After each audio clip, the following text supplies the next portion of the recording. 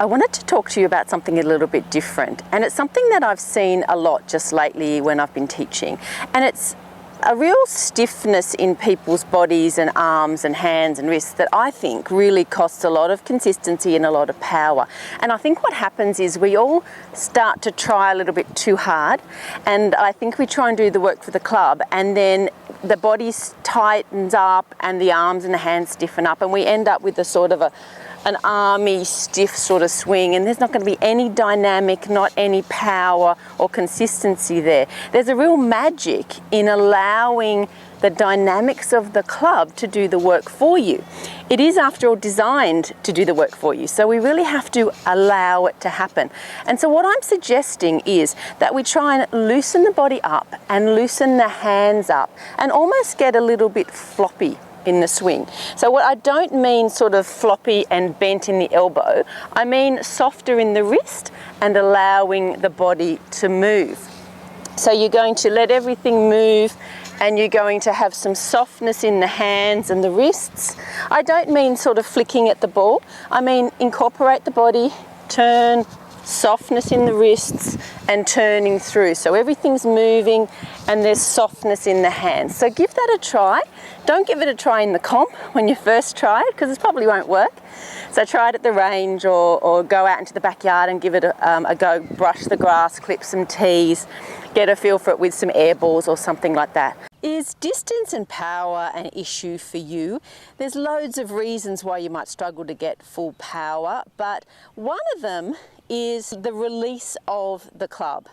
Now, you'll hear that term a bit, and it's a bit hard to know exactly what that means. So I'd like to explain what the release of the club is and make sure that that's what you're doing, that you're getting this nice release, because if you don't, it's going to be a very stiff mechanical swing, and that will cost you a lot of power. So just quickly, power comes from the turn of the body, a nice straight left arm, the weight moving in the same direction as the ball. If your weight tends to fall back, then your power's going that way and the ball's going that way. We want the power and the ball going in the same direction. So body turn or shoulder turn, nice firm left arm through impact, and weight moving forward. Those are, in a nutshell, are your kind of power drivers. The release of the club is really important in allowing the club face to do the work for you. So essentially what the release is the club face squaring up through impact. So as you take the club back, it sort of fans open a little bit. As you come through, it squares up. This is a natural motion with the turn of the body, and as you continue on this way, it squares back up again, pointing up. So essentially it's this way to this way. And the way you get the release is through the forearms rotating, like so. You will have heard forearm rotation in golf.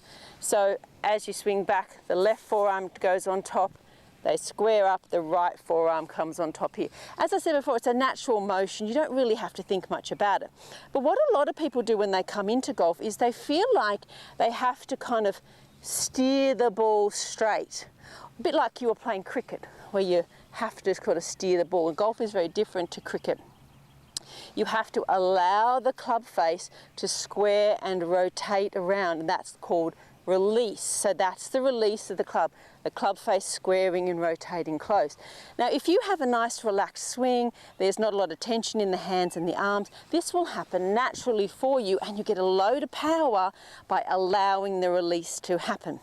If you're a little bit of a nervous golfer, or you're in your mind you think that you're supposed to be steering the ball straight or holding the club face square to the target, then you're going to get into trouble. It's going to cost you a lot of power, you're not going to connect well, all kinds of problems. So allowing the release to happen is super important. So how do we do that? All we want to do is just allow the forearms to rotate back and forth. Allow the forearms to rotate over the top of one another. Allow the body to turn at the same time. Soften up the hands, soften up the arms, and just allow this natural motion to happen.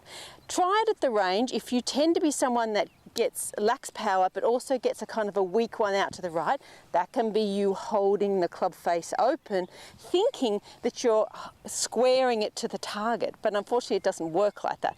It will be squared to the target through impact, but it has to rotate closed afterwards to allow the correct body motions to happen when you're swinging.